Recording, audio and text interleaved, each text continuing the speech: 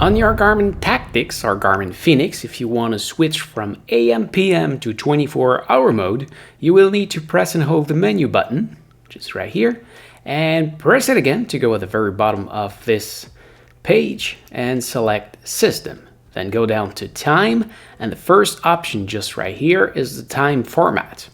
You will here have the choice between 12 hours, 24-hour, and military. If you're wondering what is military, well, I'm gonna select it to show it to you. Just right here, you will see military mode doesn't have a column between the hours and the minute. So it's a straight 2043. Actually, this mode of time doesn't show it properly, but you can see it well with the sunset time.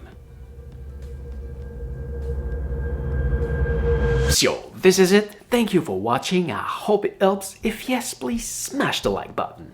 If you are planning to buy this watch, you can see my link in the description. And don't forget to subscribe to my channel so you can find me back easily next time you need help. If you want to see my other tutorial about this watch, you can see my playlist just right here. And you can also find me on my main channel just right there. Thank you for watching. Take care and see ya.